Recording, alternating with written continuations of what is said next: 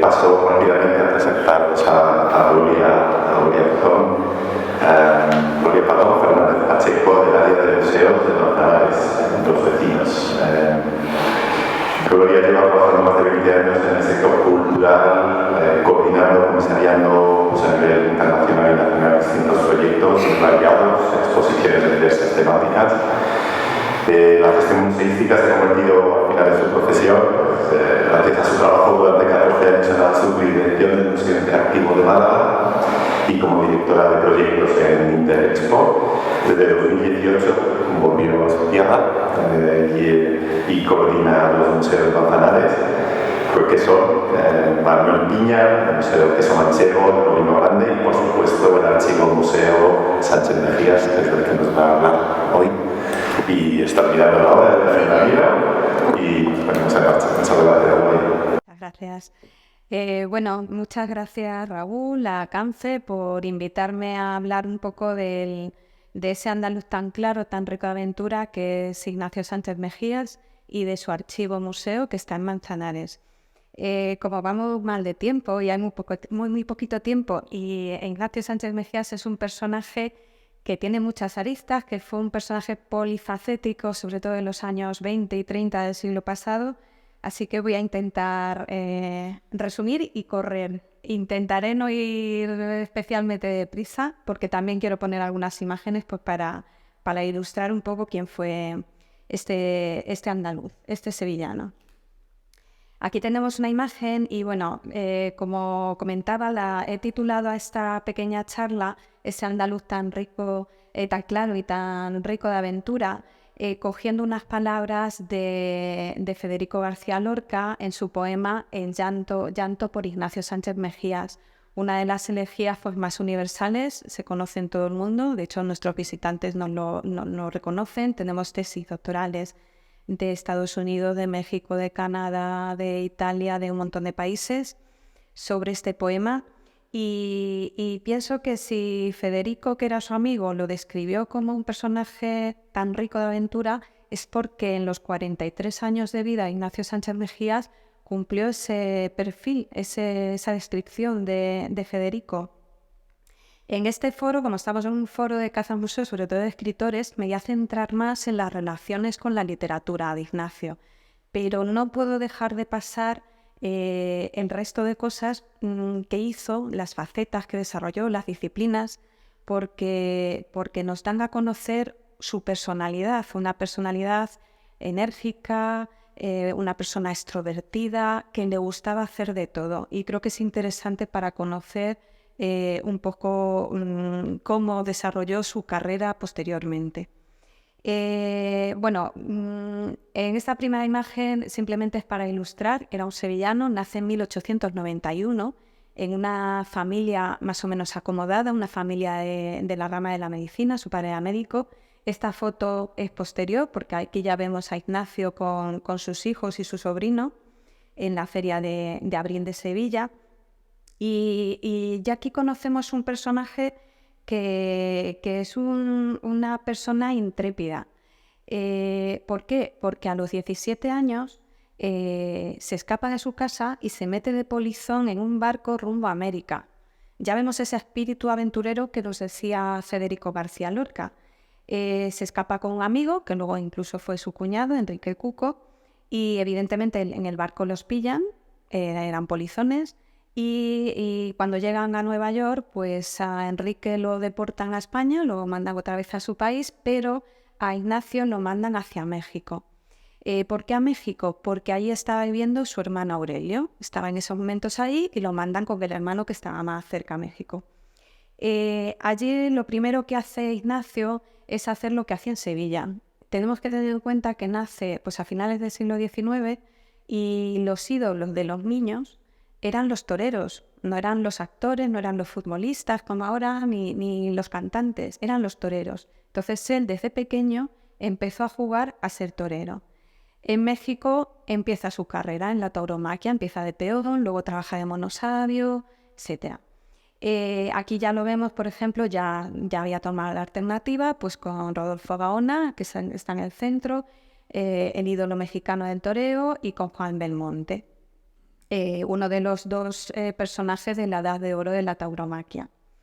La tauromaquia fue su gran pasión, no tenemos que olvidarnos que él era torero, y de hecho fue su pasión la que le llevó a la muerte en 1934.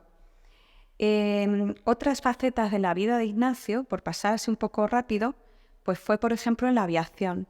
Él aprendió en Perú en 1922 a pilotar avionetas y de hecho tenía una en la que se desplazaba. Él iba en avioneta a muchos sitios, pero su amor por la aviación no solo le llevó a querer volar, sino que también impulsó un proyecto en su Sevilla natal, que fue el primer aeródromo que tuvo Sevilla. El primer aeródromo lo impulsó en una finca suya, en Mancebolla. Aquí lo que vemos es la puesta de la primera piedra, dos imágenes de la puesta de la primera piedra de este aeródromo. Estos son los planos de la finca, no se ve apenas, pero se indican los hangares, etcétera. Pero lo curioso es que no era un aeropuerto para avionetas ni para aviones de ningún tipo, era un aeropuerto para cepelines.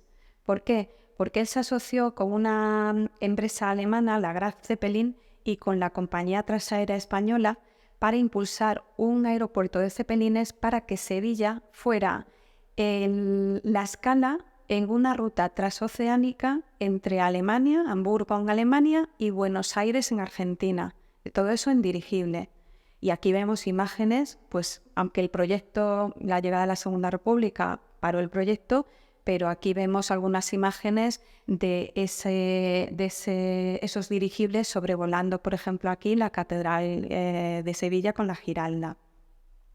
También hizo muchas más cosas, le gustaban mucho los caballos, como hemos visto en una de las fotos anteriores, y era jugador de polo, era corredor de coches de carrera, dirigía los trabajos agrícolas de su finca, tenía una finca Pinomontano, ahora un barrio en Sevilla, pues en esa finca, una finca muy extensa, pues él conocía los trabajos que se desarrollaban en esa finca y de hecho los desarrollaba, o sea, dirigía las compras de maquinaria, etcétera. También hizo de asesor cinematográfico en algunas películas, como El embrujo de Sevilla. Participó en una titulada La Malcasada, en 1926, que es una película prácticamente de cameos. Ahí aparecía todo el que era alguien en la sociedad española del momento. Pues desde Valle Inclán, Romero de Torres, Torres Quevedo, jovencísimo, como se le llamaba, General Franco, Sanjurjo, Millán Astray, aparece todo el mundo que era alguien en ese momento. ¿Por qué? Porque Sánchez Mejías era muy popular, era el famoso de la época. Primero porque, yo lo digo siempre, no se callaba la boca. O sea, siempre estaba en prensa, siempre estaba dando entrevistas, etc.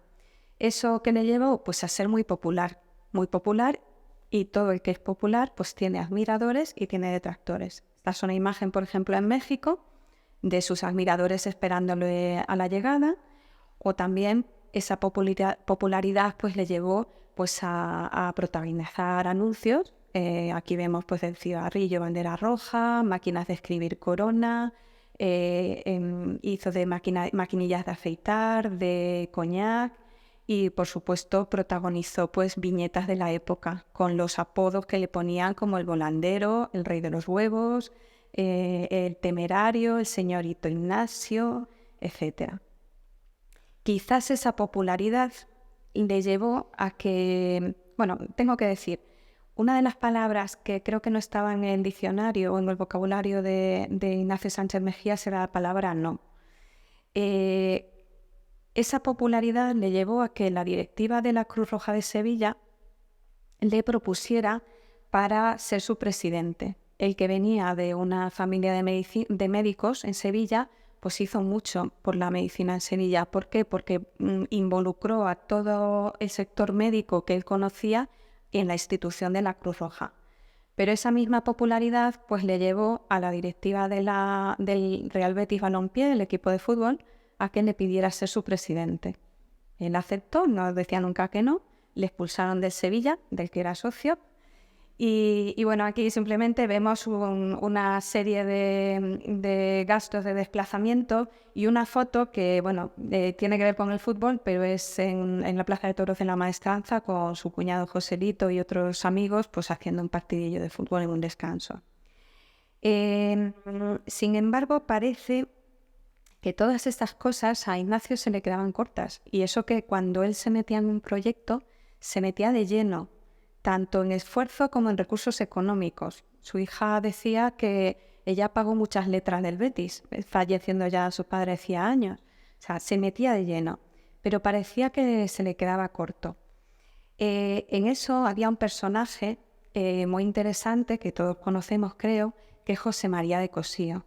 José María de Cossío, pues, bibliófilo, crítico, escritor y amante de los toros. Una de sus obras más principales es la enciclopedia, lo que se llama el Cossío de los toros, que es una enciclopedia taurina. Pues a través de Cossío, Ignacio empezó a conocer a una serie de gente joven, o y no tan joven, de escritores que bueno, con los que conectó inmediatamente. En la primera lectura fue con una lectura de un poema de Rafael Alberti, y él inmediatamente escuchó un verso y dijo: ¡hala, qué bruto lo que ha dicho este! Conectó enseguida con ellos. Era una persona además con mucho, siempre lo han dicho, con mucho atractivo personal. Conocía a una serie de gente, Federico García Lorca, Damas Alonso, Gerardo Diego, Jorge Guillén, Pedro Salinas, Pepín Bello, Rafael Alberti. Aquí tenemos, pues, por ejemplo, algunos documentos del Archivo Museo Sánchez Mejías, pues, de Adriano del Valle, papel de Aleluyas con Fernando Villalón, otro sevillano muy, muy amigo de él. Aquí hay alguna postal, pues, de Fernando Villalón, veo José Bello, Pin Bello, Luis Cernuda, cartas de Gerardo Diego. Esto, por ejemplo, es una imagen, es un acto de homenaje a Fernando Villalón. Estaban destapando una placa, había fallecido un año antes. O, bueno, esto es una invitación que le entrega a su amigo Federico en Nueva York, porque, bueno, Ignacio viajó a Estados Unidos, a Nueva York, a ver a Federico, ¿no?, a estar unos días con él, y Federico iba a dar una conferencia en la Universidad de Columbia de Nueva York y le invitó a que le presentara. Ignacio le presentó a Federico y, bueno, cuando terminó la conferencia, pues Federico le dijo: has hablado tú más que yo, así que ¿por qué no das tú una conferencia si tanto te gusta hablar? Y él dijo, pues, que sí, si no sabía la palabra, ¿no? Entonces, 6 días después impartió una conferencia en la Universidad de Columbia de Nueva York sobre toros y toreo. O sea, algo bastante curioso. Y no sabía inglés, todo tengo que decirlo. Igual que tampoco sabía alemán para aliarse con los alemanes. Y esta imagen es de un poema, es una de las, a mi parecer, una joya que tenemos en la colección. Es un poema que le hizo escribir a su amigo Rafael Alberti en 1927 en homenaje a su cuñado Joselito Gallo, uno de los grandes toreros de la época. Había fallecido en 1920 y, bueno, en un homenaje que había, Ignacio invita a Sevilla a Rafael Alberti, lo encierra en una habitación de hotel y le dice que hasta que no termine, escribe un poema para Joselito, pues que no sale de la habitación de hotel, ni come ni bebe. Esa noche Alberti, pues, leyó su poema, que es este manuscrito, que es a Joselito en su gloria. Ya hablando un poquito de literatura, la primera incursión en la literatura más o menos en la literatura de Ignacio Sánchez Mejías, la conocemos en 1925. Cuando me preguntan los visitantes en el Archivo-Museo, siempre digo que en la vida de Ignacio parece que todo era a golpe de titular. Siempre saltaba con él la noticia. Pues en 1925 salta la noticia de que va a escribir artículos en este periódico de Sevilla, en La Unión. Sus artículos, hay mucha crónica taurina, incluso de sus propias faenas, que la verdad es que son muy interesantes porque nos dan la visión de lo que está sintiendo el protagonista. Pero luego hay cosas muy curiosas como, bueno, he puesto 2 de ellos, el homenaje a don Juan Valera y el dato que regalé a Belmonte, por el que siento predilección por este artículo, porque nos habla de las supersticiones taurinas en cuestión de gatos, y nos va contando cuántos gatos tiene cada torero del momento y por qué uno tiene más suerte, qué raza es la mejor, qué raza es la peor, etc. Es muy curioso. Ya vemos que no escribe lo que quizás todos esperaríamos de un torero. Vuelve a saltar la noticia en ese año y los socios del Ateneo de Valladolid reciben una invitación a la lectura pública de varios capítulos de una novela que está escribiendo Sánchez Mejías. Claro, salta la noticia de ahora es que también es novelista este hombre. Pues sí, escribió una novela llamada En la amargura del triunfo, una novela que es costumbrista porque habla de las cosas buenas y malas de un torero. Es un poco autobiográfica, también toma cosas de la vida de su cuñado, de José Nito Gallo. Y es una novela que él no publicó en vida, la publicó en 2009 Andrés Amorós, que buceó entre la colección de la familia, la que nosotros tenemos ahora, en el archivo museo, recuperó esta novela, la ordenó, la transcribió y se publicó. La publicó en 2009 porque se cumplía el 75 aniversario de la muerte de Sánchez Mejías e hicieron una exposición retrospectiva en Sevilla. Saltamos a 1927. Es un año muy importante, bueno, todos lo sabemos, 1927, año importante en la literatura española. Y es un año importante porque ese año él decide retirarse del mundo del toreo. Quizás ya tenía muchos proyectos en mente y quería dedicarse a ellos plenamente.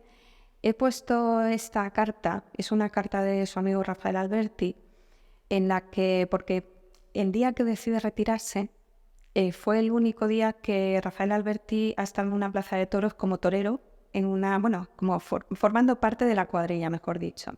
Y es que aquí no estuvo muy fino Ignacio, porque le dijo a Rafael, a su amigo, le dijo que no iba a llegar a mucho en esto de las letras. Entonces que no daba dinero, que necesitaba pues un trabajo un poco fijo. Y como él le había dicho que le gustaban mucho los toros, pues le dijo, te metes en mi cuadrilla, te pago un sueldo, etc. En esta carta, Rafael Alberti le está diciendo que el telegrama que le había mandado para Badajoz, que no le llegó a tiempo, pero bueno, que él se moría por los toros, que quiere escribir un libro sobre toros que le va a dedicar, que va a haber un paso doble de Rodolfo Hafte al inicio, etcétera y tal, pero qué pena que no puede, que se perdió lo de Badajoz. Pero en Pontevedra, Julio ya no tuvo escapatoria y esa tarde pues Rafael Alberti hizo el paseillo en la cuadrilla de Ignacio y cuando terminó, pues cuando se puso en la barrera, vio salir al toro y dijo, yo de aquí no me muevo, o sea, y no se movió. Lo ha dicho 20.000 veces en entrevistas Rafael Alberti. Pero ese día Ignacio le comunica que ha decidido dejar el mundo del toreo, que ya cree que es mayor y que se va a dedicar a otras cosas. Ese año, además, sabemos que es un año importante porque se conmemoraba en España el tercer centenario de la muerte de Luis de Góngora, el poeta cordobés del Siglo de Oro. Ignacio, pues, como se estaban organizando cosas, pues en Sevilla, Damaso Alonso quería hacer cosas, en Sevilla no, en Santander, en Madrid, en Granada, todo el mundo quería ir haciendo cosas. Pues claro, él dijo, en mi Sevilla natal tiene que haber algo. Entonces convenció al Ateneo de Sevilla para que organizara unas jornadas. Bueno, aquí veis unas imágenes que tenemos en el archivo de Pepín Bello y Rafael Alberti, y luego Pepín Bello en una imagen típica de las que se hacían en estudios de fotógrafos vestidos de toreros o de flamencas. Esta es la imagen que quería enseñarles. Esto es otra de las joyas de la colección, porque ese año Ignacio intenta convencer al Ateneo de Sevilla para que organice unas jornadas literarias, unas ponencias. Escribe a su amigo José María Romero, que era el responsable de la parte de literatura del Ateneo, para que se organicen por el Ateneo y él les convence diciéndole que va a traer a sus amigos para que sean los conferenciantes. Esta es la carta de respuesta de José María Romero, en la que le dice que, bueno, que nos habías prometido que vendrían Cossío, Lorca y Alberti juntos, pues sobre esa base de trabajo pues vamos a organizar esas jornadas. Esas jornadas se organizaron en diciembre, 16, 17 y 18 de diciembre, y en palabras de Rafael Alberti, pues dice, Ignacio nos metió a todos en un tren en Madrid y nos llevó a Sevilla. ¿A quién metió? Pues no fue Cossío, pero trajo a Rafael Alberti, a Federico García Lorca, Dámaso Alonso, Chabás, Bergamín, Gerardo Diego, Jorge Guillén, Pepín Bello iba también, Luis Cernuda asistió como asistente a las ponencias y lo que iban a ser 3 días de charlas, 2 días de charlas y una comida final, se convirtió en una semana, se alargó una semana, porque Ignacio otra cosa que le gustaba era la fiesta. Entonces en su finca de Pinomontano pues les agasajó pues con una fiesta de hipnotismo, con una fiesta con chílabas, los vistió a todos como con trajes morunos. Él les dio un paseo por el Guadalquivir nocturno que Federico García Lorca está muerto de miedo. Se lo pasaron estupendamente. La importancia de esas jornadas, que esta imagen es icónica, yo creo que todos lo conocemos, salen todos en el Ateneo. La importancia de esas jornadas es que se consideran el acto de fundación de la generación del 27, de la Edad de Plata de la literatura española. Aquí vemos también, por ejemplo, a Ignacio en el centro, en primera fila, pues con Pedro Salinas, Jorge Guillén, Alexandre, Federico García Lorca, Dámaso Alonso, Corpus Vargas, Marichalar y Bergamín. Y aquí reconocemos por lo menos a Pepín Bello, Sánchez Mejías y Jorge Guillén. Sin embargo, no todo se quedaba, teniendo esa cantidad de amigos que eran literatos, que eran escritores, pues a Ignacio parece que le entró el gusanillo por escribir, y no solo la novela que había escrito y no había publicado, sino que decide meterse a dramaturgo.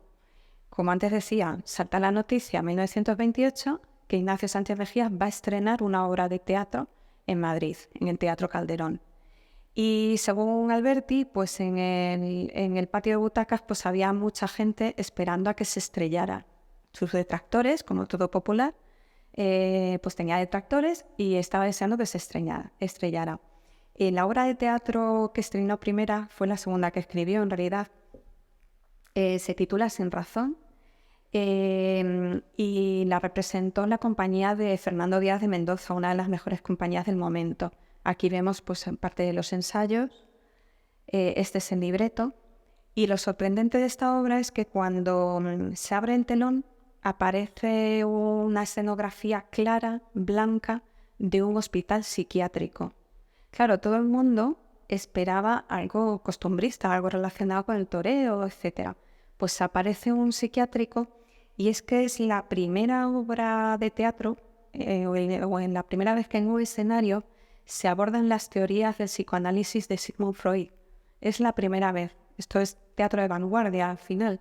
De hecho, algunos detractores dijeron que quizás lo había escrito alguno de sus amigos dramaturgos, como Lorca, por ejemplo. ¿Por qué escribió sobre psicoanálisis? Porque le interesaba mucho ese tema.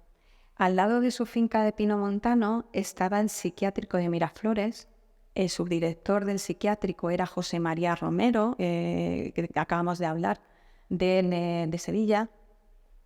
Y en su finca de Pinomontano era la zona familiar, el sitio de la familia, pero era una finca en la que te podías encontrar pues, a equipos de fútbol, como el Europa de Barcelona, o a infantes de España, o a pacientes del psiquiátrico, por ejemplo. Y él visitaba mucho el psiquiátrico pues, para hablar con los pacientes y con los médicos.